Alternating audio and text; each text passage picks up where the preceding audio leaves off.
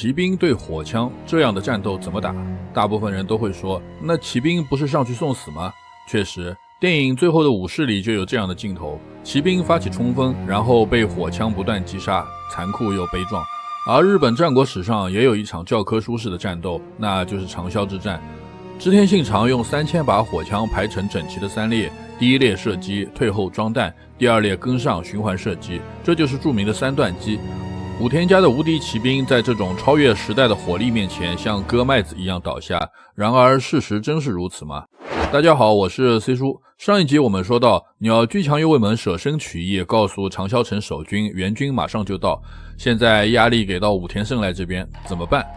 全军进行军役，武田家的老家臣都建议撤退，这是个理智的选择。一方面，织田德川联军有近4万人，自己这边只有15000，然后又没有攻陷长筱城，无险可守。其次，前方斥候回报说信长在射乐园修筑了大量的防马栅，老将们敏锐地意识到信长已经精心地准备了阵地防御战，对面又有火枪，骑兵去冲栅栏是送死。然而武田家年轻一辈胜赖的侧进都说，敌人就在眼前，如果不战而逃会被天下人耻笑，损毁甲斐之虎的威名。其实站在胜赖角度，他也知道撤退是明智选择，但问题是他力主带15000精锐西征，结果连500人的长筱城都没打下来，就这样灰溜溜回去，以后在武田家将毫无威望。这些老臣本来资历就高，回去以后更压不住。在武田军还在思索时，再来看看织田军这边，除了统辖间那次，信长多次证明了谁选择战场谁赢面越大。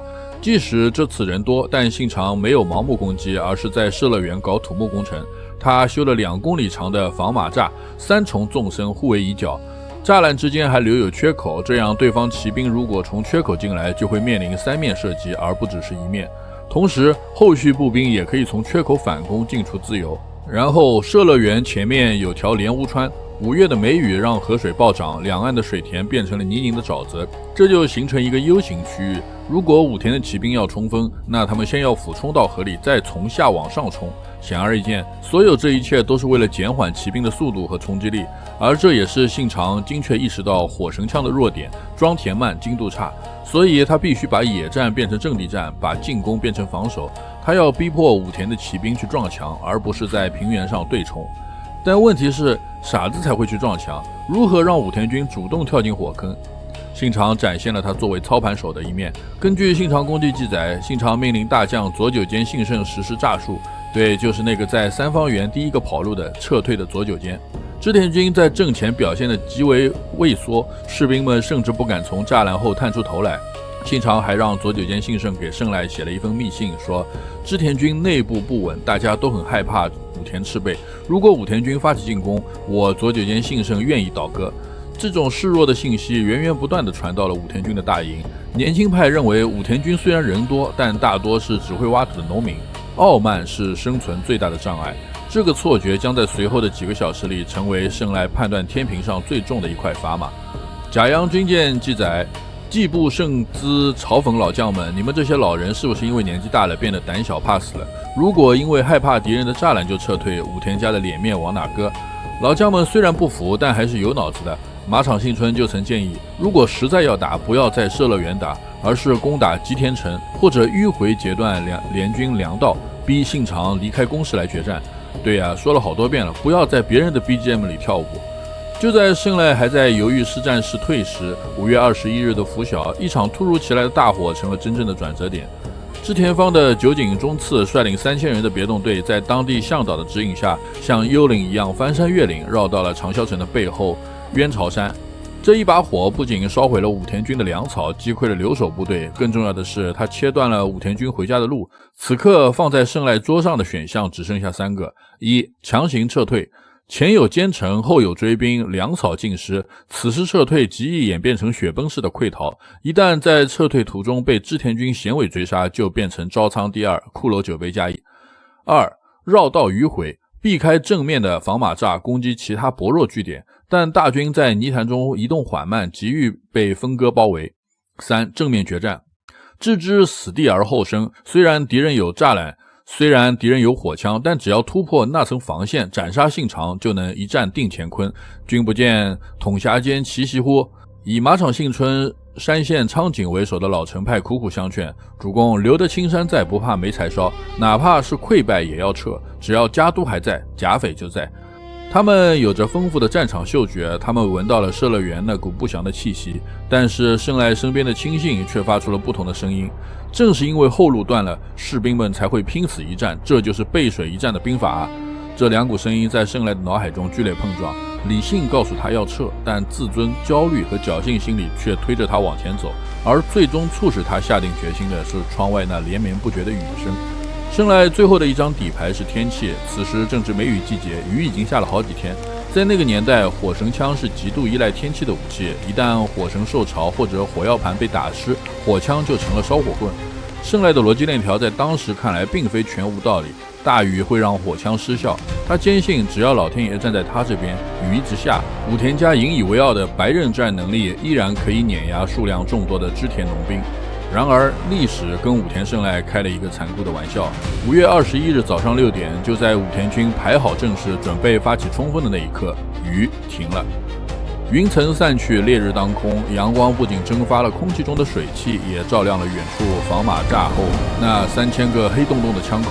赌局的底牌被掀开了，但他已经无法下桌，箭在弦上，不得不发。如果这时候喊停，刚才还在高呼决一死战的士气会瞬间崩塌。作为那个一直想要证明自己的最强二代目，他宁愿轰轰烈烈的战死，也不愿带着耻辱苟活。于是他拔出战刀，指向前方那道沉默的死亡防线，下达了那个葬送旧时代的命令：全军突击！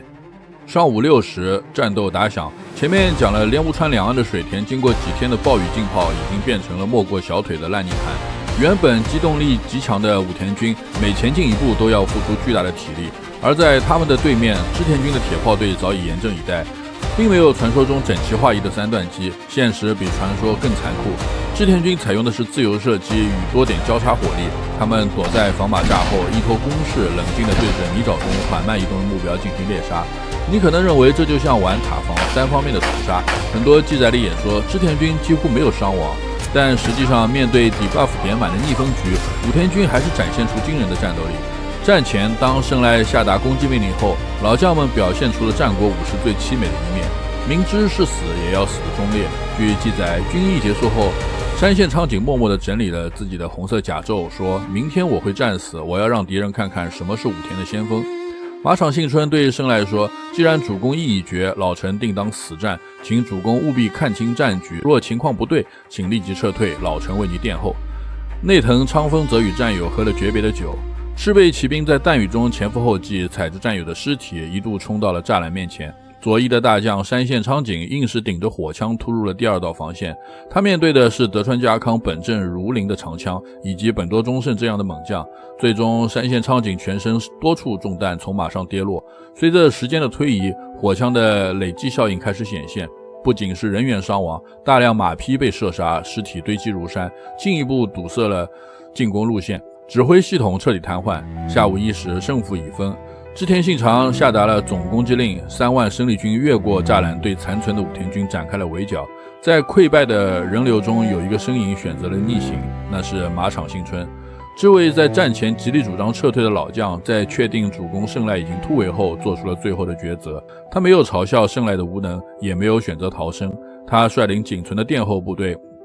反向冲向织田军的追兵，他在阵前高声报上自己的名号，用这种古老而悲壮的方式吸引了敌军所有的火力。马场幸春战死，内藤昌丰战死，土屋昌次战死。这一天，武田家不仅丢掉了1万条性命，更丢掉了他的大脑。那些熟知信玄兵法、维系家族团结的苏老阶层，在这一意义中几乎全军覆没。这种核心的断层比兵力的损失更为致命。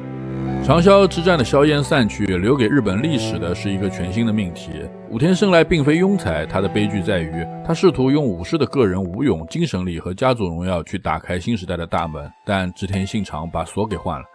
信长用这一战证明了战争不再是武将单挑的舞台，而是后勤、工程、资本与组织力的博弈。几根原木搭起的栅栏足以阻挡千军万马，一群训练有素的农民火枪手足以终结最骄傲的武士阶层。那么问题来了，为什么信长能拥有3000挺铁火枪，而其他大名却没有呢？下一期《战国风云录》，金钱永不眠，借港商人逾2万贯账单。我是 C 叔，我们下期再见。